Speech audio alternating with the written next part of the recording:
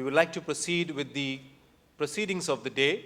And what a better way to start with the very first panel discussion session on a very important subject for cybersecurity, data protection and data privacy, which is the need of the hour. Now, before I call on the honorable panel members who are going to discuss on this particular subject for the next 40-45 minutes, few words on what the panel is exactly going to discuss. Data integrity, data privacy, how to leverage AI and ML in intelligent monitoring of cloud data centers, remote management of data centers with the adoption of smart and digital technologies. How can businesses increase their safety of their data while at the same time simplifying how the users can access and use it? Infrastructure management systems, data control management systems, role of data center security and cloud infrastructure in powering digital ecosystems, and many more. I'm not an expert, so we would like to call on the experts on stage. So please help me welcome, with a big round of applause, our first panel members in the order of the sequence. Joining us first, Mr. K.M. Salam, Vice President, CISO, National Bank for Financing, Infrastructure and Development. A big round of applause to Mr. Salam. Mr. Salam, welcome to the stage. Please have your seat. Joining next in the panel, Mr. Tanin Chakraborty, Senior Director and Global DPO from Biocon Biologics. A big round of applause to Mr. Chakraborty.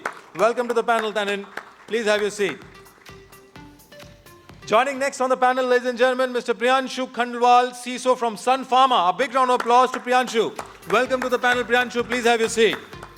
And now I would like to call on the honorable panel moderator, Ms. Pratyusha Vemuri, CEO and founder from raptorX.ai. A big round of applause to Pratyusha. Pratyusha, welcome to the panel. Please have your seat. So, Pratyusha, all over to you. Looking forward to a great session, start of the day. And we have got some very, very senior panel experts here. So, all the best. Hello. Hi. Good morning, everyone. My name is Pratyusha, and I'm the CEO and founder of raptorX.ai. And this is one of my most favorite and most pertinent topics, like Soumya rightly mentioned, data security and privacy. So, very, very excited to take this forward. I come with a background from Zscaler, Palo Alto Networks, Cisco, and so on. So I know how important this topic is. And I'm so honored to be moderating this panel here. I'd like to maybe take the first question for Mr. Salam. Just give me a second. If you guys can also introduce yourselves, that'll be great. So the first question that I'd like to know is, like in this digital technology, how do we ensure that people access the right data and also simplify how they are accessing it, right? How do we ensure the data is actually secure and private while they're using it and also simplified for the users? Yeah, am I audible? Yes. Yeah, good morning. Good morning. Ladies and gentlemen. So I think I need to address two parts. One is the data sovereignty side, and the other side is how a trade-off between security and user access easiness can be managed, right? So, across all the industries and all the sectors, there is a massive movement towards digitization or digital technologies. Especially if you consider banking and finance, there is a digital transformation currently happening. Earlier, in the early days, we were doing a simple digitization. Means we were converting the manual things to digital. Right now, that is got replaced by a digital transformation by way of which the entire lifestyle banking got changed in banking side. How this is happening? This is happening by way of so many fintech integrations, involvement of several startups and all these guys are offering the services majorly through cloud-based services. So when the cloud-based services comes into picture, the question of visibility and sovereignty comes in a what you call serious manner. If you see, I feel in our country, as far as this data sovereignty and related things are concerned, our regulators in financial sector, especially Reserve Bank of India or SEBI or IRDAI, they have been giving directions since beginning. For example, if you consider Reserve Bank of India, they had issued the data localization guidelines in the year 2018 itself, wherein they say that the transaction-related data, payment system data, should be stored only within the country. You can process outside the country, but within 24 hours of time or within one business day, the entire data has to be brought back to the country. You have to delete even the copies available out of the country, and it should be stored within the country. So this is the first and most important control we can implement as far as the sovereignty of the data is concerned, data localization. And how you can ensure the data localization? Get better visibility, have better terms in the contracts, and have continuous and stringent audits. Then you should have, I think the second point is, when you adopt the cloud technology, there are so many disputes, all those things related to the adoption of the cloud, and because of that in India, the public sector banks, especially like us, are a little bit hesitant to move towards cloud. You know that the recent incident of CrowdStrike, Falcon sensor and all. There is what you call an issue of single point of compromise or concentration risk, all those things. That's apart that. If you should ensure the data's sovereignty, you can have you should have the better data governance, policies, frameworks, and ensure that you and your service partners are adhering to it. And another point you can have related to this ensuring data sovereignty is go for enhanced privacy enhancement tools. You know that DPDP Act has come in India. I am talking within the perspective of India as I am operating from India. DPDP Act is enacted now. It is going to be enforced soon. As per my understanding, within a couple of weeks, the draft rules are going to be published.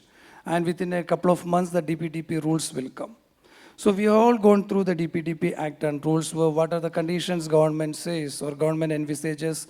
And once the Act rules come into force, of course, the regulators will be coming out with their own master directions. So go for privacy enhancement tools through which you can ensure the sovereignty up to certain limits, like you go for anonymization or masking or end-to-end encryption, all those technologies you can use to ensure the sovereignty. And the last point is how continuous assessment of your third-party service providers, let it be CSPs or TPSPs, and how adopt international standards like ISO 27701, which is giving a clear picture about the privacy information management and all. Now, well, coming to the second part of your question, how you can have a trade-off between the security and user access. Yes. You know that these two actually moves in two different directions in practical sense. When you go for better security, of course, there will be some compromise in the end-user experience. If you need better end-user experience, there will be some compromise in security. It's just like you're riding your car on the street. You can go in any speed. To control that, there are certain restrictions like cameras or speed breakers and all those things. Sometimes it becomes difficult for us. So there should be a trade-off between these two. What we can do is use the technology again.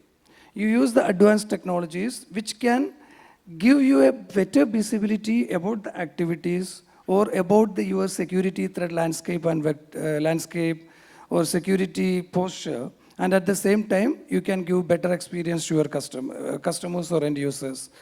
For example, go for a single sign-on or reduced sign-on kind of logging in to your systems, technology systems, where the end user can get rid of maintaining several user IDs, passwords. You know, in a common man, even a banking customer will have 20 or 25 credentials. Yeah. He will be having for internet banking, mobile banking, wallet, so many things. If you consider the users like system administrators or users, they have to maintain several things like this. So you go for a single sign-on or reduced sign-on where from your security perspective, you will get better visibility. You have central authentication. You can track the activities at the same time for the end user. His logging in system or managing these credentials, passwords, all those things are getting simplified. Similarly, go for straight-through processing kind of technologies like API integrations you can do. Where, for example, in banking, if you remember in early days, to get a personal loan, what was the procedure involved? Now, Within 2 minutes or 3 minutes, a personal loan will get approved and the credit will come to your account. How it is achieved? It is through straight-through processing by way of API integrations, etc., where the manual intervention is totally getting removed. So it is helping the end user or enriching or what you call empowering the end user. At the same time, when the manual intervention gets reduced, the security threats are also getting reduced and you are getting a good visibility about end-to-end flow. Transaction flow or the traffic flow.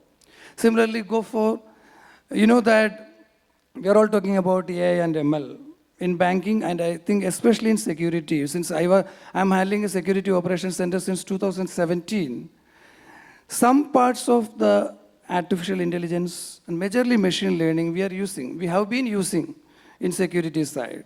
So go for those things. It will be helping you as far as the prevention is concerned, security breach prevention is concerned, detection is concerned, and faster response also concerned. At the same time, for the end user also, the tedious jobs can be simplified. Similarly, one more point, like go for self-service actions or self-service portals. For example, very simple thing is that in every organization, there will be some central authentication system like Active Directory, right? So in early days, and our regulators also mandates this. There should be Active Directory, central authentication system and all, especially in banking and financial institutions. When you have the Active Directory, you will be having a user ID and password. If you forget your password, or if you are inputting wrong and it's getting logged, you have to, early days, the people will be calling the central help desk. They will be doing it manually. They will be communicating to you over email. So many points of compromises are there.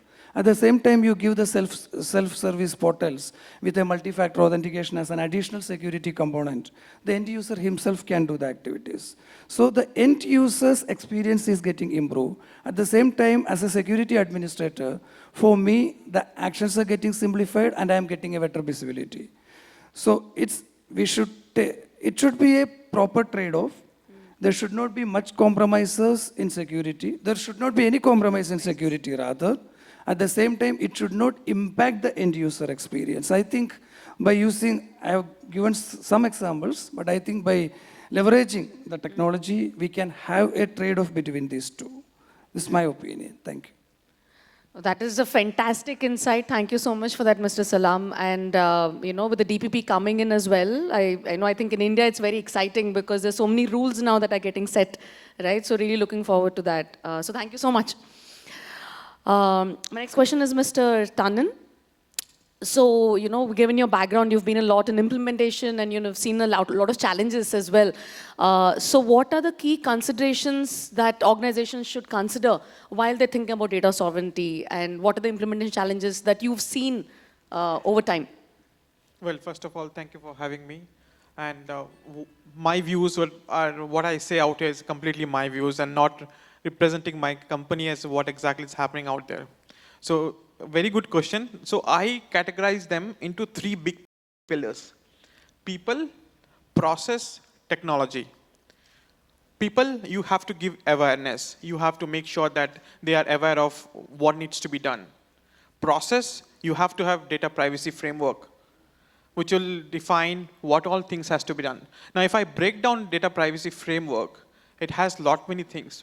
Process talks about, whether you have a privacy policy, whether you have a cookie policy, whether you have terms and conditions, whether you have your DPO assigned, how you're building up your teams to implement such things, and ROPA, record of processing activities, impact assessments, all this comes into picture under the process. Now there is one more technology. You need to have DLP. You need to have various other software solutions to make sure your data or your personal data, whenever it comes to your company, and how you're preserving them. The security posture is also important. Now, also one small thing out here, you will also be going back to the probably technology, has many solutions out here in the market. You pick up the solution which is best required within your organization. You might be hearing that, such companies are picking up this solution, that solution. Go back to your boardroom and understand, do you really need it? Assess that Once you assess that is whether I need it or not, you'll come to know that whether I need to have it. For example, if you are not collecting personal data, why to have certain costliest technology solutions within your company? You don't need that. That is what you have to evaluate at your boardrooms and then understand what you really need. And understand that while building up the process or technologies, well, technology I've already talked about, process you also have to have vendors. The weakest link in the market with our vendors. Because as I was discussing with you earlier also, vendors, there are vendors who are well adverse of security solutions. There are vendors who have zero knowledge on security solutions. You have to have both on the company to run the company. Now to have that, you need to have proper engagement. You need to have the data processing addendum or agreement with them, putting out the clauses, how you're collecting the data, what you're processing it, how you're storing it. Your storing has also consists of encryption, all that. And also then you need to understand that one major thing in all Indian companies, or probably in most of the Indian companies I'll talk about, is purging, data deletion. You collect, go back to your HR, open the laptop and see how many resumes are sitting on that. It will be lots. Thousands of resumes are sitting on their laptop, has to be deleted because they are processed it. How do you do that? So there are challenges, but you have to drill down under 3 categories: people, process, technologies, which is what I would summarize in 3 words. Okay, no, thank you for that. So what has been then the way to address these challenges? What have you worked? So implementation, data privacy framework. So when you have to implement a framework and you have to make sure that you target these 3 pillars and implement something. How, as I was referring to, people, you have to train them. Process, you have to build it. Technology, you have to implement it. So these are the 3 challenges you can see now. If you implement all of the 3, you would have a better position on the global market. And that will cater your risk, minimize your risk, and implement something which is fruitful and which is sustainable in the market.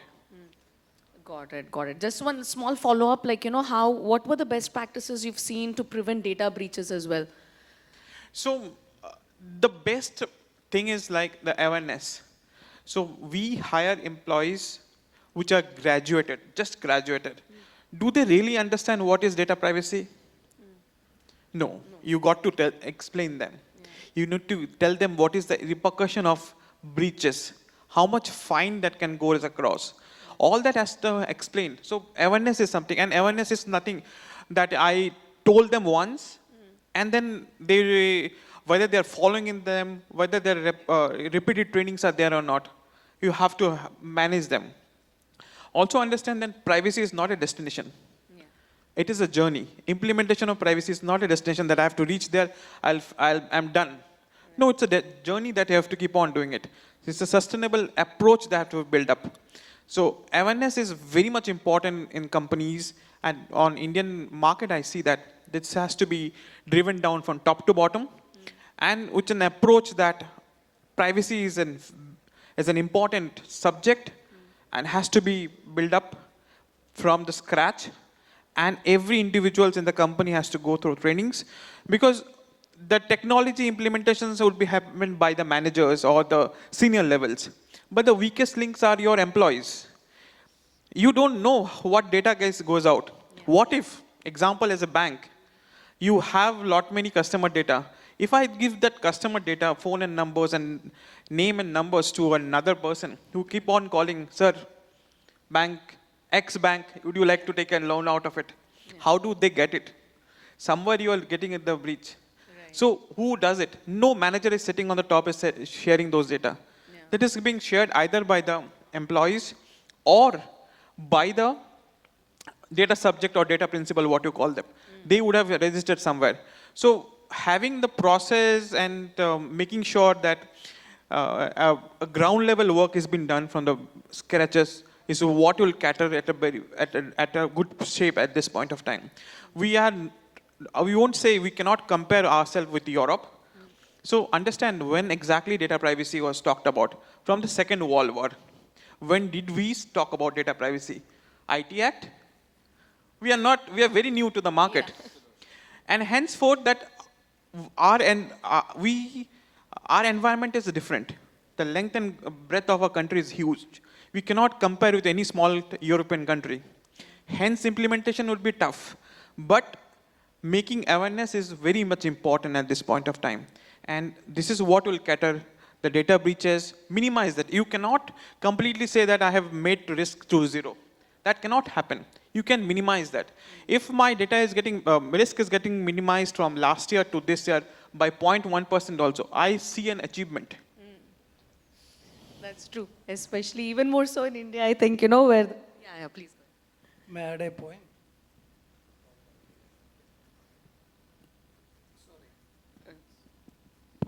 Yeah, sorry, may I add a point? Just as a supportive statement to him regarding this awareness. See, in security, there is a golden rule, 80-20 rule. What the 80-20 rule says is, as he said, people, process, and technology. The technology contributes 20%, people and processes contribute 80%. But don't know the reason. Now, there is a change in the scenario. Most of the organizations invest heavily in technology. And they invest less in people and processes. For example, in a simple layman's language, for your flat, you have the door, you have the safety door also, and you have installed the lock. This is the technology control, or technology part. When while you're going out of your flat, take the key, lock the door, carry the key with you. That is a process and people part, right? So you have good lock, you have door, you have safety door, but you are leaving without locking, or you are locking and keeping the key there itself. That will fail your entire process. So this contributes this 80-20, that people and process components, those two are very important. And now, especially in banking and financial sector, as the regulators are giving maximum importance to this awareness part, organizations are coming out with good awareness programs, simulation exercises, assessment of the employees regarding the capabilities, all those things. That's all. Sorry for talking in between. Absolutely. Please, Thank the you. discussion. So, you know, absolutely. And very, very relevant. And that is why actually right now, zero trust identity access is the way to go. And that is what a lot of security companies are also working on. So very, very relevant and very, very true. So thank you for that, Mr. Tanin. The question is Mr. Prianshu.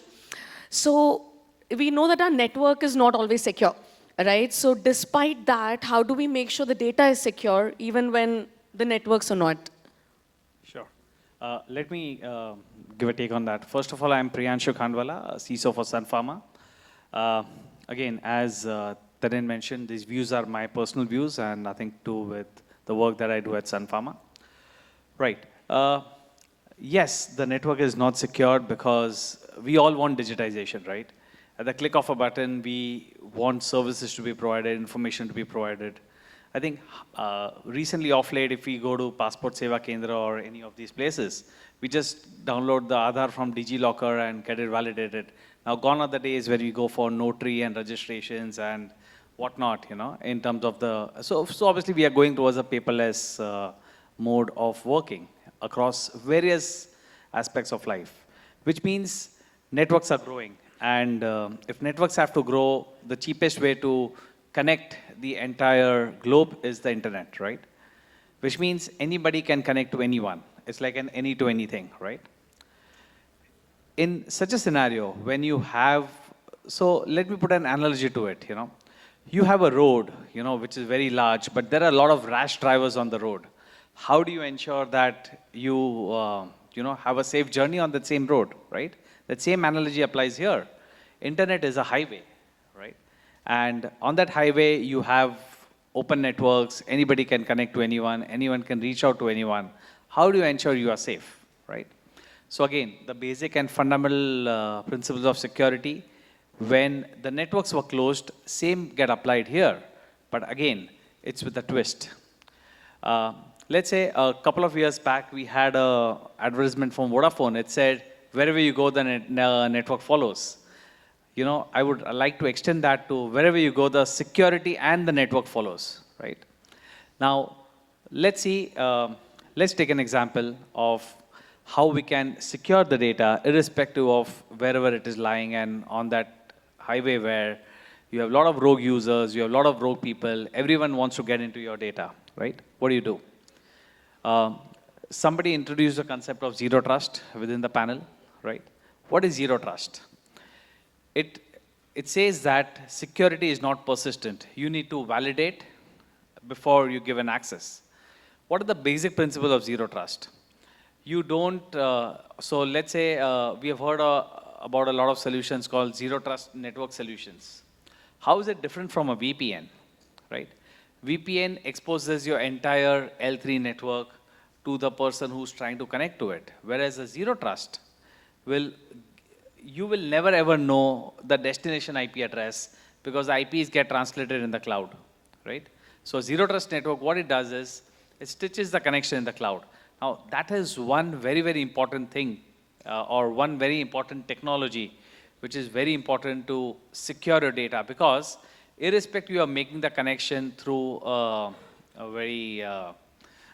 through a network which is not very secure, but you're not revealing your IP addresses, you're making it difficult for the imposter or the hacker or the adversary to understand your, your infrastructure, your IP addresses, your actual architecture, right?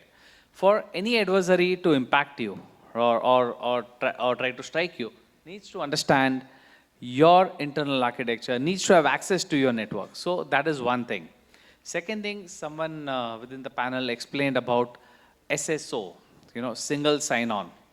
Now, there has always been an argument saying that one ID, one password, if one is compromised, everything is compromised. I think I have a counter view to it, right? There are solutions available or there are processes that can be implemented which can constantly monitor your identities and see whether there is an anomaly to it. Something like an impossible travel.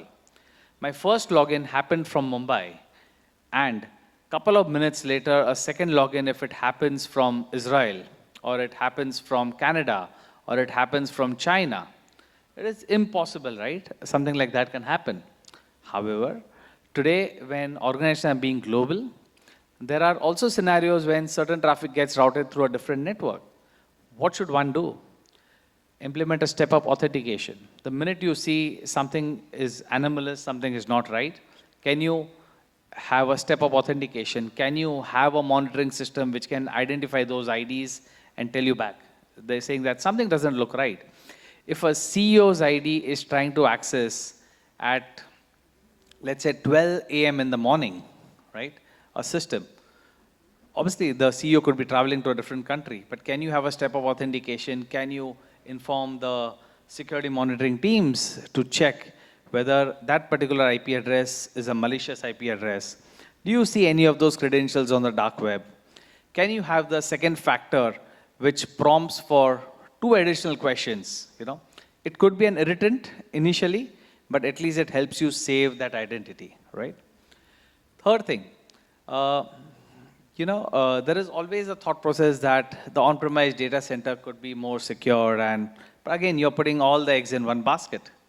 Compared to that, what if you have multiple SaaS applications hosted in multiple different data centers, right? Chances of that one particular data center being impacted vis-a-vis multiple applications being impacted, and that being brokered using a CASB solution, which means if you have an unmanaged device, you cannot access those particular applications. Those solutions are available right now, right? The posture check is extremely important. Now, what's the difference between a user sitting in the network and a user sitting remote? We all believe that if a user is sitting in the network, he's much more secured because he's in the premises, right? How many companies have implemented a NAC solution that does a posture check before you can even get an IP address on the main network, right? Vis-a-vis, today if you look at most of the zero trust VPN solutions, they have a posture check by default, right? which means if your antivirus EDR solution, if your Windows patches are not updated, they will not even let you connect, right? Sometimes I feel, that if you have such solutions which can remotely do a posture check, give an alert, quarantine the machine, first ensure that you have the latest patches before you connect on a remote solution, I think those are more secure than sometimes your internal networks, because many a times you could have, because there is a lot of legacy that we have, right? What if somebody connects a device which is unpatched, and there is an adversary sitting in your network, identifies that device, and then compromises your network? What do? Right? So as I said, data can be secured in multiple ways. Again, it's not a science. I always believe, cybersecurity is an art. If you know where are your crown jewels, you know what can get impacted, you can always build processes around it. You can build technologies around it. You can train the people to see. And obviously, monitoring and real-time monitoring plays a very, very important role in this entire process. So if you try to implement all these aspects in a phased manner, which can coordinately work, right, and collaboratively give an insight to your monitoring team or a security response team, I think that's the way to go, in my opinion. Oh, that is super, super insightful, actually. And, like you said, zero trust is main, and identity of the user, identity and access management is so critical, because we have to assume that the network is insecure because it is connected all over the world. Right? And actually, incidentally, I had worked on a VPN replacement which talks only about zero trust. So yeah, no, very, very relevant. And one other question for you is, how do we use these emerging technologies, right? Like, I mean, AI, everybody is using AI. So how do you see it enhancing data security even more? Absolutely. I think this is a corollary to the earlier question. As I spoke about digitization, which means every device is trying to generate some kind of a log, some kind of an event, right? Now, with so many logs and with GBs and TBs of logs being generated on a daily basis, can a human eye go through it? The answer is no. Can automated rules, analyze these logs and give you actionable insights? The answer is no. It has to be somebody that can mimic a human mind on this kind of a scale, that can help us identify what's right in the network, what's not right in the network, and what action has to be taken. That's where the AI steps in, right? At the end of the day, what is an AI? AI is an algorithm which is trained against a data set, right? And against that particular data set, if it identifies a match, it alerts you with 99.9% confidence level, which means it's an actionable insight. And once you have an actionable insight, usually during any kind of a security event or an incident, there are 3 actions that you usually take. First is quarantine that device, disable that identity for some time till the time you know the root cause. And the third thing, in case you can just cut off the network, right? These are the 3 things that anyone does in case of any kind of a security event or an incident, the initial steps. After that, you may do investigations. After that, you may do a couple of things, identify the root cause, where was the issue, and you identify where it is. So now, when you use AI, AI is used right now for detection and action, right? People talk about SOAR capabilities, right? If you know it's a blacklisted IP address, and you can see that IP address at multiple other dark web forums or multiple threat intel feeds, can I just take a quick action saying that let's block it? Point number 1. Point number 2, once you know, can you go back and check that identity on the dark web, right? Whether it's available, it is available for sale, is anybody talking about it? Point number 3, once you have done that, can you see that IOC and sweep within the network and see whether that particular IOC is available in the network and since how long it is available? If all these things an analyst can get on a single dashboard in a couple of minutes, his action-taking ability is much faster. He can take a quick action and help you secure the network and ensure that no further damage is done. Which means incidents are going to happen today. As I said, we are in a world where there is so much of digitization, there is so much of logs being generated. Issues are going to happen. But can AI help us reduce that load and take a quick action? The answer is yes. And that's where AI plays a very major role. Yeah, I think AI can also help predict, right? Like one is understanding that these are the rules that are already there. But if I can understand, looking at the likelihood of the assets that are there in the organization, the users that are there in the organization, what is the likelihood that they are prone to risk? And then predict that this is how much money you're going to lose if you don't implement these kind of solutions over the next few years, which is going to help all the CISOs. Right? So definitely, I feel AI is a way to go. Yeah, please, Tanin, go ahead. Okay, probably I have a different view onto it. I see AI, implementation of AI has you need to understand, do you really need it? Implementation of responsible AI is very much important. Now, I'll give you some example. How do we, so I am surrounded right now by CISOs. I am at other part of the desk, which is a DPO. I keep on fighting with my CISO when something come across, and we need to argue on that point. Now, understand the importance of having an AI which has not been trained properly. See the repercussion. I'll give you some example. AIs are being used in HR system. Okay. Now, if in case you are training the AI in such a way that it chooses, example that you are hiring on a yearly basis, and then you see that only 80% are not targeting any of the racism, but or any of the individuals, but saying that 80% of the gents you are hiring, or boys you are hiring, men you are hiring, 20% you are not hiring. So if you are training that AI in such a way, when you get an input next time and it doesn't matches, it will straight away say no.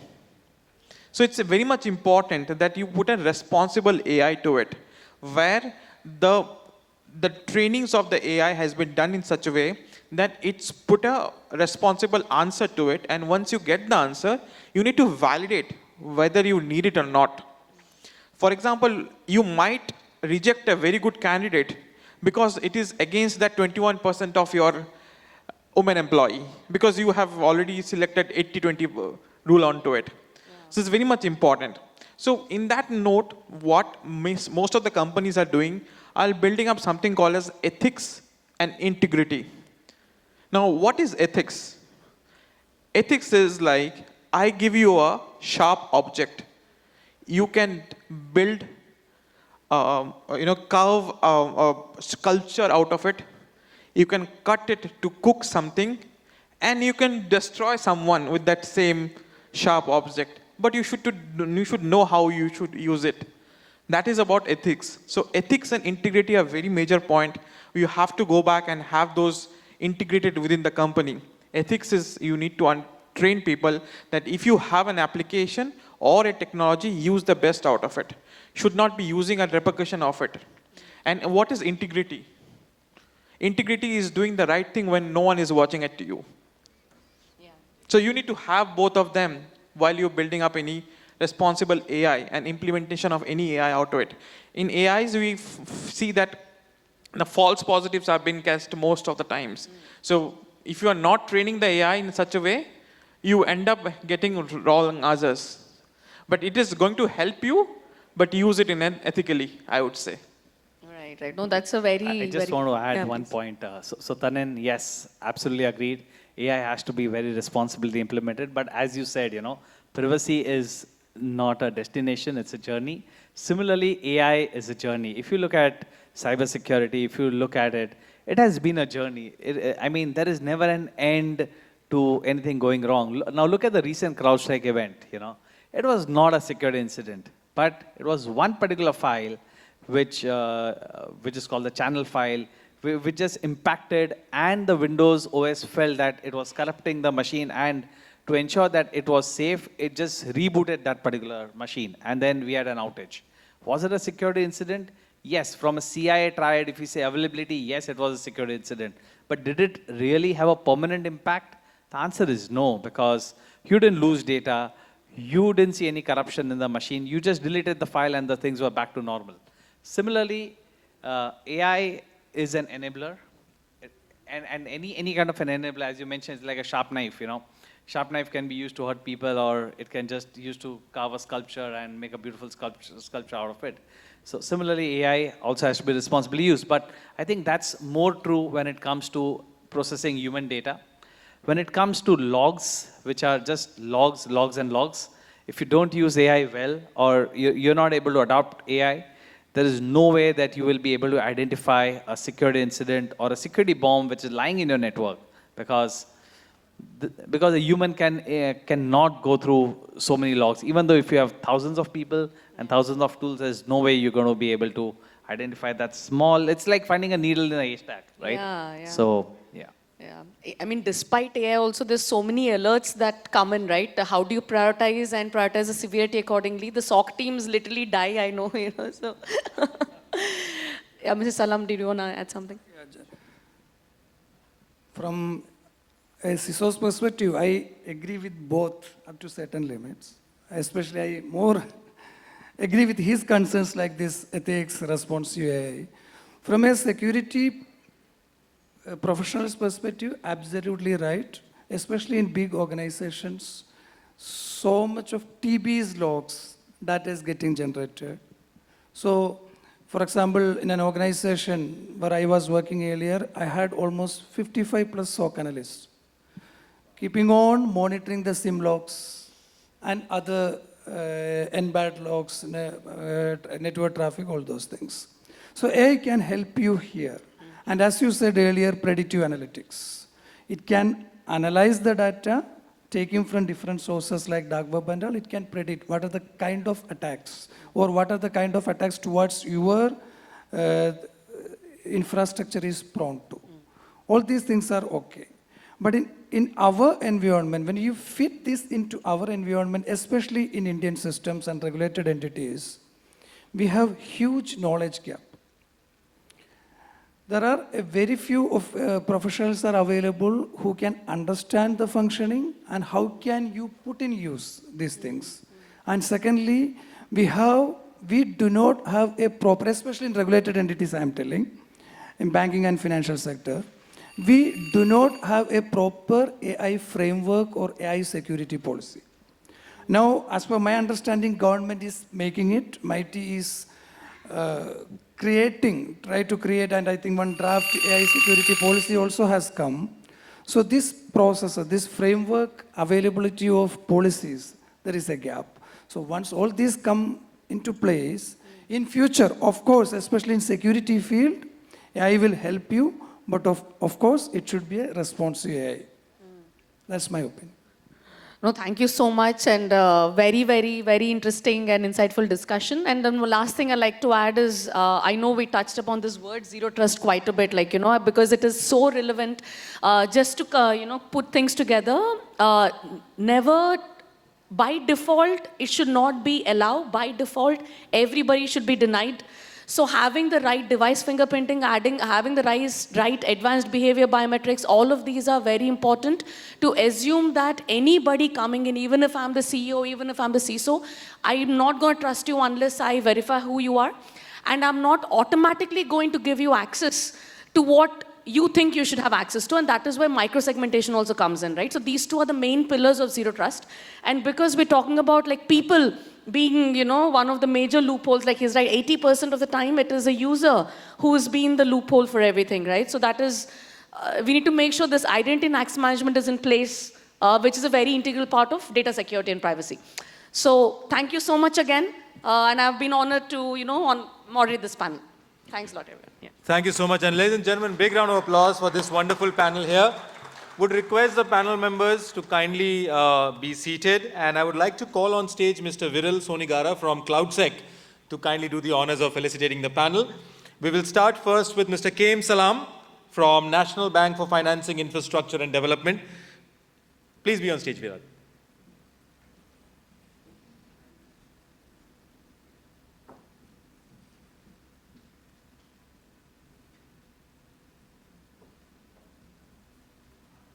A big round of applause, ladies and gentlemen, to Mr. K.M. Salam for his wonderful contribution in the panel session.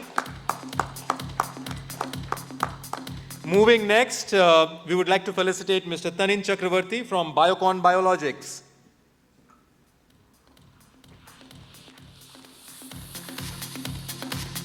A big round of applause for Mr. Tanin Chakraborty for his wonderful contribution in the panel.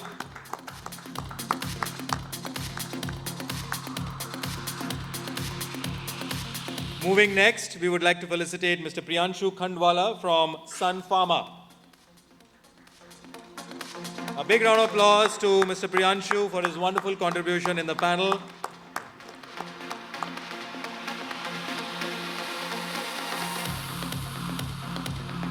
And now, ladies and gentlemen, we would like to felicitate the honorable moderator of the panel, Ms. Pratyusha Vemuri from raptorX.ai. A big round of applause to Pratyusha for wonderfully moderating the session and for spearheading the panel.